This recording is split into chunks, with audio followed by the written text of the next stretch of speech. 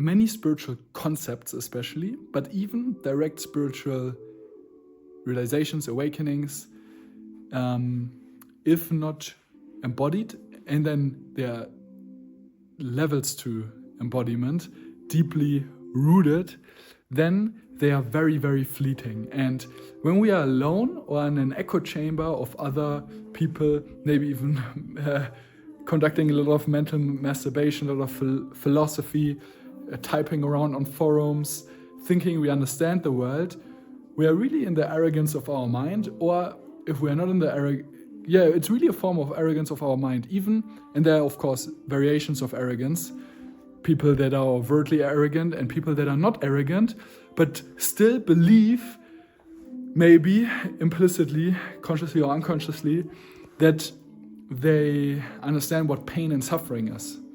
And a lot of spiritual teachers talk about it, and I like to talk about it as well, as though I know shit, but I really don't. And if we are faced with true, actual suffering in the world, with suffering in ourselves, with suffering that is in the world, when shit hits the fan, well, that's when the embodiment of our truth is tested. That is when we see if truth stands the test of time. Because it's great to say, oh, there's no self when we are in our cushiony little room. But, what about no self and all is love and we are connected when there's a freaking terrorist, blowing up a couple blocks away and you are hiding in a shelter,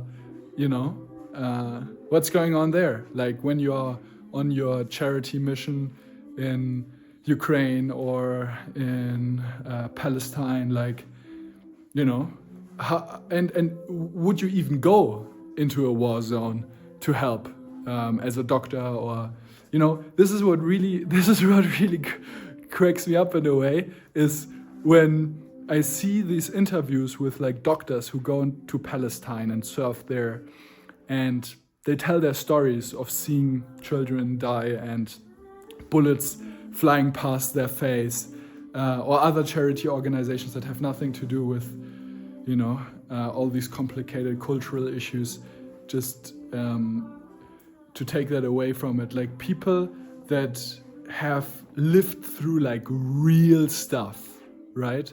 That really have lived through real stuff. When I listen to interviews from these people and see the truth that they are transmitting in their words, it's like honestly more spiritual in a way, in a certain way, in a certain perspective.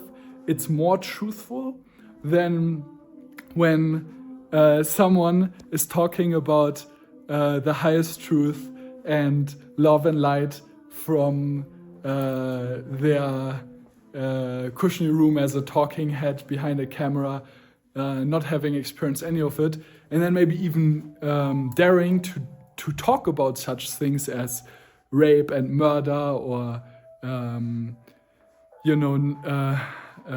wars, and some of the people that were part of that whole shebang, right? Like as if they knew, and that of course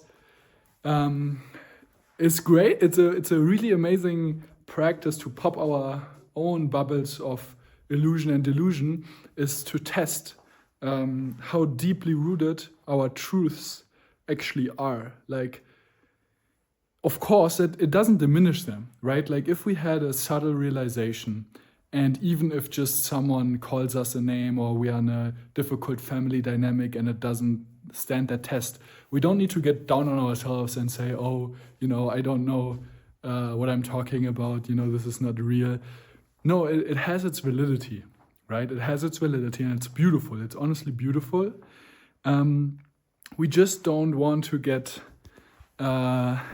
we just want to know. We just want to carry it humbly and understand its place. And it's a beautiful seed, and that can flourish. And it with this perspective, it also encourages us to embody it as deeply as we choose to, right? If we want to remain on a surface level, great. But if we are willing and inspired to walk through the fire, through the purifying fires of our life, and we don't need to, go out of our way to go into a war zone or whatever, unless of course we are called to, but we don't need to do that. Like, our life itself will present, the river of life will wash us through if we allow it. Like, we don't have to artificially create greater pain and suffering and challenges in our life to let the fire of liberation burn. The only thing we have to do is to be willing to face every challenge life presents us fully, which is something that our habitual mind does not. It does exactly the opposite, trying to avoid everything, bypass everything, and try to, especially even with spiritual concepts, weaponize them. We constantly blame to shift the pain. We escape from difficult situations and don't use every single difficulty, uncomfortableness in our life as a burning fire of liberation. We can. And of course, we don't have to overwhelm ourselves, but whatever we are ready for, and be honest with ourselves. And I don't have all the answers.